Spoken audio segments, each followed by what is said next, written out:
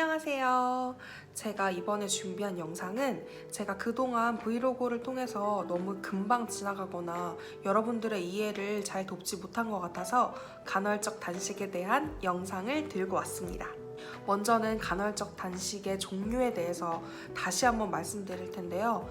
최소 16대 8에서 최대 23대 1까지의 간헐적 단식을 저는 목표로 하고 있고요.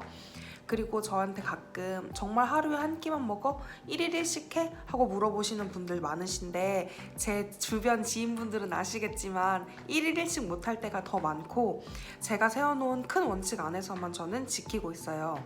제가 세운 원칙은 기본 16대 8 이상은 단식하자. 단식 시간을 제가 최소로 잡은 게 16시간이에요.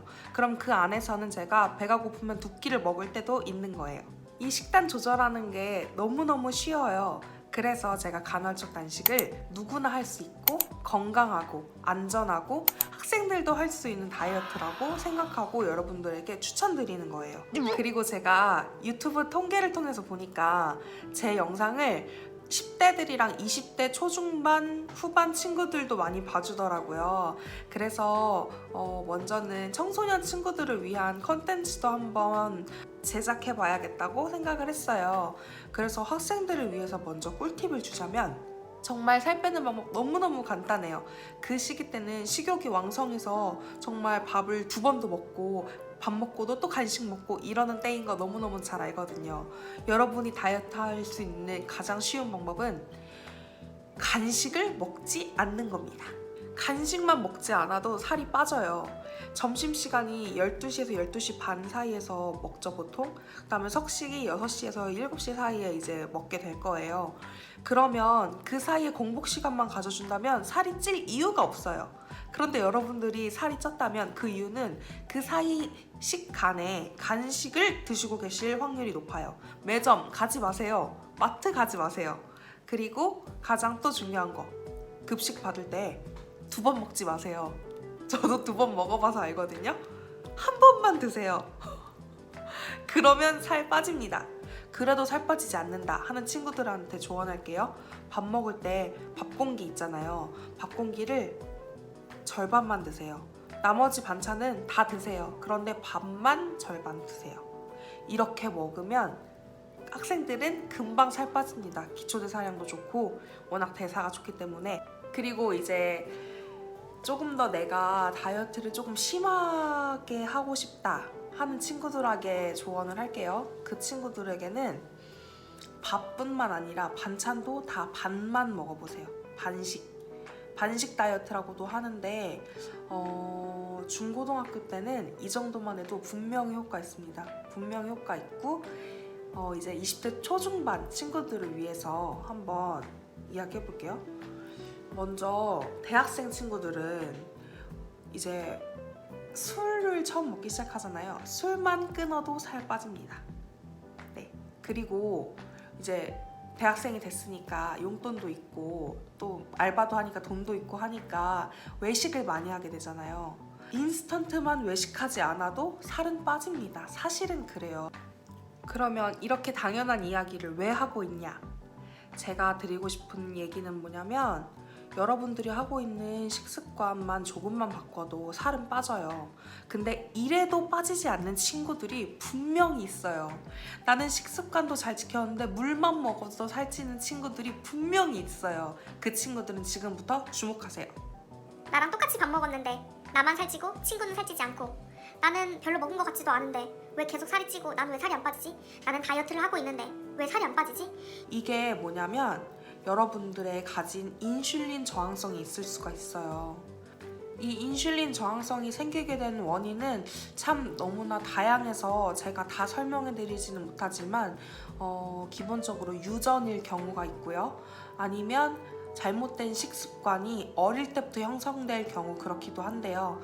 그리고 어릴 때 우유나 분유를 많이 먹은 친구들은 그렇기도 하대요. 그게 이제 비만 유전자라고 하는. 이렇게 여러 가지 잘못된 식습관과 유전 또는 다른 환경에 의해서 내 의지와는 상관없이 살이 빠지지 않고 살이 잘 찌는 체질로 바뀌어 있을 수가 있어요. 저 역시 그랬고요. 그런 경우에는 어떻게 해야 하느냐?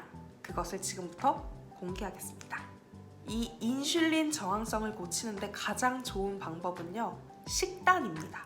정제탄수화물이나 다당류와 같은 혹은 과당, 이것도 다 포함이에요.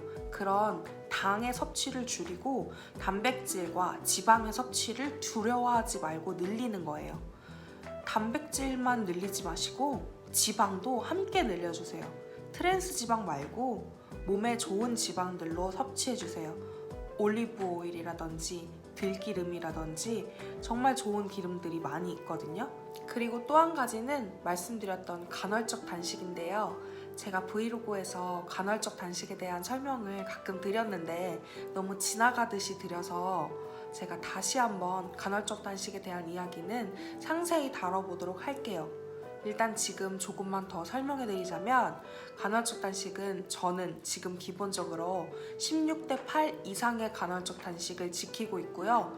웬만하면 1일 1식, 즉 23대 1의 간헐적 단식을 하려고 노력 중입니다. 그렇다면 과연 저는 항상 1일 1식만 먹을까요? 네, 제 지인들이 증인입니다. 그렇지 못할 때가 더 많아요. 그런데 제가 가지고 있는 큰 원칙은 16대 8 이상의 단식을 지키자입니다. 그래서 여러분들도 큰 원칙을 세워두시고 나는 최소 몇 시간 이상은 단식할 거야 라고 무리하지 않고 계획을 세우시는 걸 추천드리고요.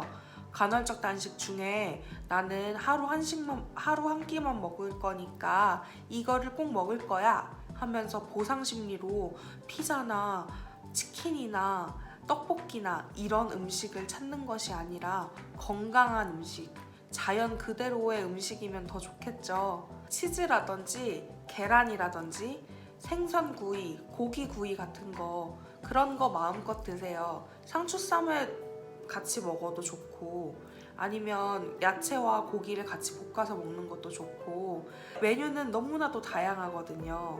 그리고 대학생 친구들은 피치 못하게 친구들이랑 외식을 해야 되는 경우가 많이 있잖아요. 중간에 밥도 먹으러 나가야 되고, 어떻게 혼자 나는 다이어트 중이니까 밥 못 먹어 하고 혼자 있겠어요. 그럴 때는 메뉴 선택을 지혜롭게 하시면 돼요. 예를 들어서 제가 전 영상에서 보여드렸던 것과 같이 뷔페라든지 메뉴의 선택권의 폭이 넓은 곳으로 가서 내가 원하는 음식을 선택해서 먹을 수 있도록 하는 것이 가장 현명합니다. 그렇지만 항상 뷔페만 갈 수는 없잖아요. 뷔페도 질리잖아요. 그럴 때는 메뉴 선정을 조금 더 쉽게 심플하게 생각하시면 돼요. 예를 들어서 한식집을 가면 순두부찌개라든지 비지찌개라든지 비빔밥이라든지 이런 건강한 음식들을 시켜서 탄수화물, 공깃밥은 조금 빼고 절반만 섭취하고 나머지 나물류라든지 순두부찌개에서는 순두부라든지 비지찌개에서는 그 비지 위주로 먹어주시면 되고, 아니면 생선구이라든지 아니면 회도 너무나 좋은 음식이잖아요. 회를 먹으러 가신다든지 이렇게 여러 가지 음식들이 있어요. 언니, 저는 돈이 없는데 어떡하죠? 그런 분들을 위해서 전 영상에서는 편의점을 갔을 때에는 어떻게 다이어트 할 수 있는지도 함께 이야기해봤어요. 그래서 편의점을 가서 감동란이라든지 육즙팡팡이라든지 이렇게 성분 좋은 편의점 식품들을 음식을 대신 드시면 한 끼 든든하게 식단을 하실 수 있을 거예요. 여러분들 이번 겨울방학을 통해서 꼭 다이어트 성공하시기를 기원하겠고요. 오늘 제가 준비한 영상은 여기까지고요. 여기까지 시청해주셔서 감사합니다. 다음 영상에서 또 볼게요.